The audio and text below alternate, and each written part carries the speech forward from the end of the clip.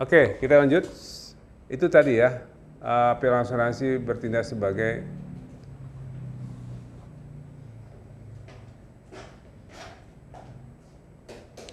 kemudian insurance brokers act as intermediaries between insurance and company and individual or corporate clients. Tadi sudah kita bahas, jadi kita lebih broker itu lebih dibutuhkan, ambil cocok adalah untuk di bidang corporate. Kemudian insurance brokers use their extensive knowledge of the industry to find the best policy for client when reviewing risk factors and finances. Okay. Pilar asuransi menggunakan pengetahuan mereka yang luas tentang industri ini untuk menemukan polis asuransi terbaik bagi klien mereka seperti meninjau faktor-faktor risiko dan sebagainya. Oke, ini masih berkaitan tadi bahwa ahli, mereka adalah ahli, tapi juga menggunakan pengetahuannya itu, ya, untuk menganalisa, mengetahui resikonya seperti apa. Oke, ini yang belakangan yang saya sudah mulai lakukan dan saya arahkan juga Fadli, terutama yang senior atau paling tidak yang di kantor juga sudah mulai melakukan analisa, mengetahui ini bisnisnya apa, ini barangnya apa, ya kan? Ini kapalnya menggunakan kapal apa, ya Hanifah misalnya sudah bisa mengatakan ini kapal tongkang kah, kapal LCT kah, atau kapal kargo dan sebagainya. Itu sudah kita lakukan. Kemudian ini proyeknya apa, kalau construction, wet risk, civil works, EPC, construction. Kalau liability, operationnya apa. Dan menggunakan extensive knowledge. Nah, oleh karena itu, sekarang, kalau misalnya placementnya agak rumit dan ini, saya minta kepada Mela dan Ica dan yang lain, saya juga, bawa ke saya. Karena saya nanti bisa memberi opini, oh ini bagusnya dikinikan, ini termasuk marine cargo juga kalau yang besar-besar misalnya di luar itu kita bahas. Karena itu perlu bahasanya ini extensive knowledge, pengetahuan yang sangat luas. Ya, saya sebagai senior yang saya sudah sampaikan, saya sudah 40 tahun, saya tahu punya pengalamannya dan saya bisa memberikan masukan. Kalau enggak nanti saya tanya yang lain. Ya, oke, that's what brokers do. Oke, duties of insurance broker, ya tanggung jawabnya broker. Okay.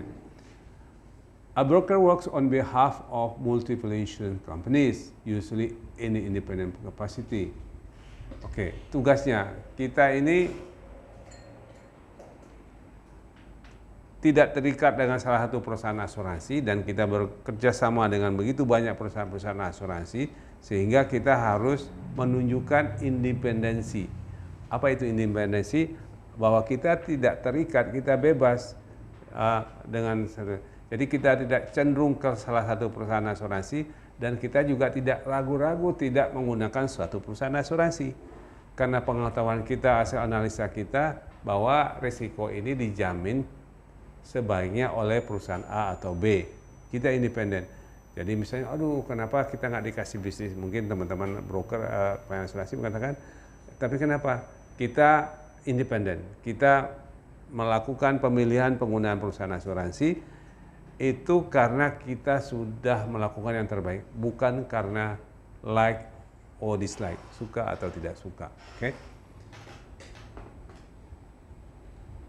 Berikutnya, find the cheapest insurance or the insurance that provide the best coverage. Ya, memang tadi sudah dijelaskan juga di bagian sebelumnya. Tugas kita adalah mencari premi yang paling murah, yang paling kompetitif, tapi jaminannya paling luas. Kan? Ya, tapi itulah yang diinginkan oleh klien, ya. Kalau jaminan luas, preminya besar, ya itu nggak perlu broker yang ahli. Tapi yang dituntut oleh klien itu adalah broker yang bisa mendapatkan jaminan yang terluas, preminya yang tidak terlalu mahal, nggak termurah juga, ada cheapest, dan oleh perusahaan asuransi yang kuat juga. Oke, to determine its client needs, broker gathers necessary information in the type of insurance they need. Jadi tugas broker berikutnya adalah di samping dia mempunyai pengetahuan, membutuhkan informasi, dan juga bisa memilihkan jenis asuransi yang pas. Oh Pak, kalau gitu dengan Fadli misalnya di alat berat, dikasih daftar alat beratnya gini-gini. Pak, kalau yang unit ini kita covernya lebih baik cocoknya di dalam jenis polis heavy equipment insurance. Yang ini kita cover dalam bentuknya CPA, Construction Plan Equipment. Kalau barang yang ini Pak, karena ini mungkin lebih cocoknya dalam bentuk Property All Risk Insurance. Nah itu tugasnya broker, karena dia tahu jaminan asuransi yang mana atau class of risk yang mana yang cocok untuk klien-kliennya. Ya. Okay, others obtain quotation for the potential insurance companies and process application form dan sebagainya. Nah kemudian pemilihan asuransi, pengurusan asuransi yang terbaik dan menggunakan form. Kemudian make recommendation to help clients lower their insurance costs and manage policies. Okay. Membuat rekomendasi kepada klien bagaimana supaya usaha mereka supaya preminya lebih murah, jaminnya lebih maksimal. Nah itu tugasnya broker. Nah kami minggu lalu 2 hari yang lalu dengan Fadli kita di salah satu prospek klien kita hampir 4 jam saya berdiri menjelaskan kepada mereka. Nah, kebetulan selama ini mereka belum menggunakan broker yang ahli, bahkan brokeran. Jadi ada perusahaan yang punya broker, setelah kita cek sama-sama dia tidak terdaftar di OJK, tapi mengatakannya dirinya broker. Ya, dan mereka banyak begitu.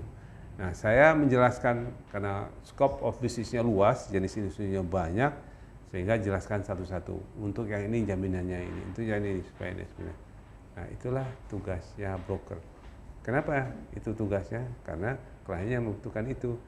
Untuk itu maka dia perlu pengetahuan yang luas tentang. Oke, sampai di sini cukup jelas. Nanti ada sesi terakhir tanya jawab. Oke. Nah, di Indonesia kegiatan perusahaan broker asuransi itu diatur oleh Otoritas Jasa Keuangan. Siapa yang sudah pernah dengar ada OJK? Pernah dengar suka OJK? Suka? Pernah dengar Fani? Febi juga udah pernah? Hanifah juga pernah? OJK ya kan? Kalau bank pakai iklan ini dijamin oleh OJK, ya kan? Bank terutama leasing ini dijamin oleh OJK. LNG broker juga dijamin oleh OJK. Kita diawasi oleh OJK, Otoritas Jasa Keuangan. Jadi semua kegiatan industri keuangan selain pengiriman uang itu di Indonesia berada di bawah pengawasan Otoritas Jasa Keuangan. Zaman dulu berapa 10 tahun yang lalu itu di bawah Departemen Keuangan. Tapi sekarang dia punya lembaga sendiri namanya Otoritas Jasa Keuangan. Oke. Di dalam peraturan OJK nomor 68 tahun 2016, OJK mengatakan tentang mendefinisikan broker sebagai ini. Dari sekian banyak tadi ada hal yang kita baca ya. Nah, menurut OJK, usaha pegang asuransi adalah usaha jasa konsultan dan atau keperantaraan dalam penutupan asuransi atau asuransi syariah serta penanganan penyelesaian klaimnya dengan bertindak untuk dan atas nama pemegang polis atau tertanggung atau peserta sebagaimana dimaksud dalam Undang-Undang Nomor 40 Tahun 2014 tentang perasuransian. Ini definisi dari OJK atau di Indonesia tentang tugas dan tanggung jawabnya broker dan siapa itu broker. Nah, banyak yang menyalahkan di sini, broker adalah konsultan, ya kan?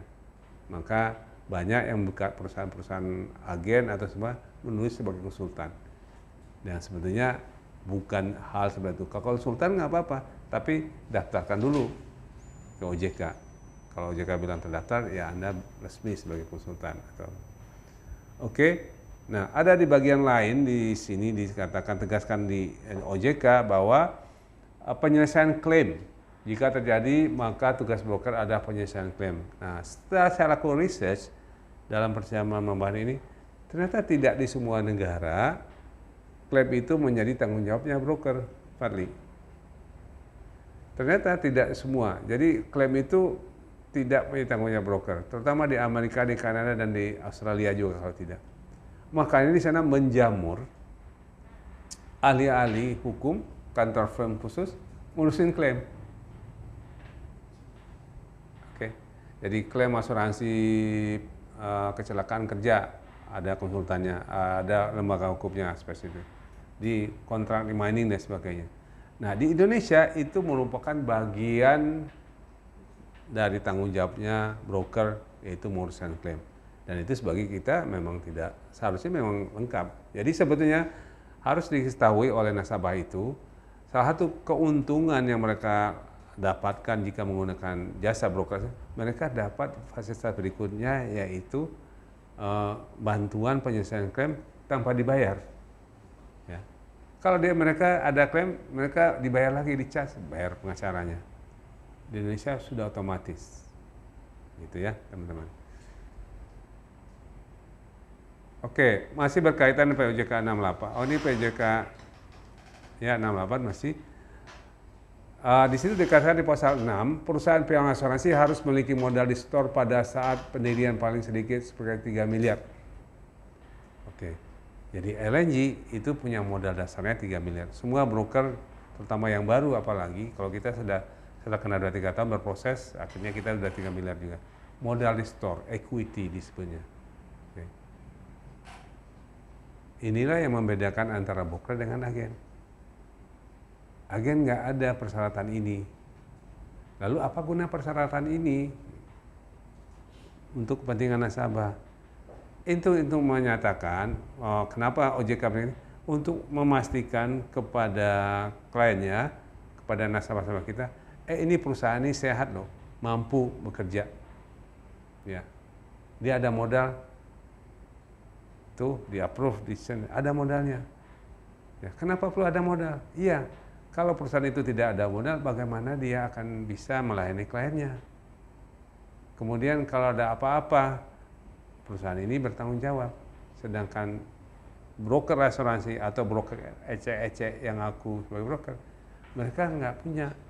Kalau misalnya gagal mereka mau kliennya kecewa dan lari misalnya. Terus dicari perusahaannya, kantornya ternyata nggak ada. Modalnya juga tidak ada. Ya kan? Oke. Pasal 3, perusahaan asuransi dan reasuransi wajib memiliki susunan pengurus ya dalam organisasi kita, dan kita sudah punya pelayanan yang hadir mengumpul saat ini adalah bagian dari pelayanan customer service. Kita berhubungan customer, teknis kepialangan, saya alih dan administrasi keuangan.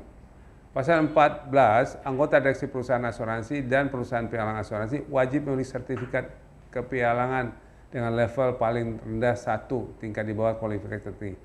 Nah, maksud di sini itu yang tadi di bagian tadi saya di depan saya sampaikan, bahwa untuk membuktikan bahwa broker asuransi itu ada asuransi, maka dia harus menunjukkan sertifikat keahliannya yang diakui oleh OJK dan juga BNSP. Dan itu harus terus diperpanjang. Jadi teman-teman, itu ya bedanya broker dengan non broker dan tapi kalian bilang, oh saya belum punya. Iya, perusahaan sudah punya. Nanti kalian juga secara individual, secara bertahap juga akan ya. Saat ini Meli, kita sudah rencanakan Mela sama Fadli setelah ini akan menyusul juga ikut pendidikan, dan kalian nanti juga sudah waktunya juga akan ikut. Oke. Pasal 14, pialang asuransi sebagaimana dimaksud dengan pialang dalam pasal 20 harus memenuhi persyaratan sebagai berikut: memiliki sertifikat keahlian dengan level rendah 2, tingkat di bawah kualifikasi, kemudian lembaga sertifikasi, kemudian dari lembaga sertifikasi, oke, udah tadi harus dapat ijazah APA ICIIB, kemudian sekarang keahliannya pun harus disertifikasi di BNSP, Badan Nasional Sertifikasi Profesi, yang mana salah satu adalah pengujinya, dan saya sudah punya ada pengujinya. Dan seharusnya saya pagi ini nguji, tapi saya minta maaf kepada sekretariat SPPI, saya ada tugas hari ini dan ini saya nggak melewatkan, dan mungkin minggu depan saya akan dapat tugas lagi. Berikutnya, memiliki pengalaman kerja di bidang teknis kepialangan asuransi, teknis asuransi singkat 3 tahun. Oke.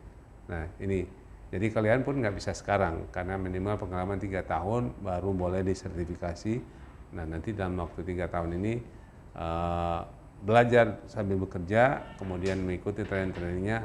Nah setelah 3 tahun nanti baru mulai mengurus kita sertifikasinya. Dan menjadi anggota asosiasi pialang asuransi Indonesia. Oke, ini masih tentang peraturan-peraturan, mungkin agak rigid. Saya rasa untuk session pertama ini tentang broker, part 1 kita sebutnya, nanti lebih dalam kita akan bahas lagi. Kita cukupkan sampai di sini. Selanjutnya adalah session tanya jawab.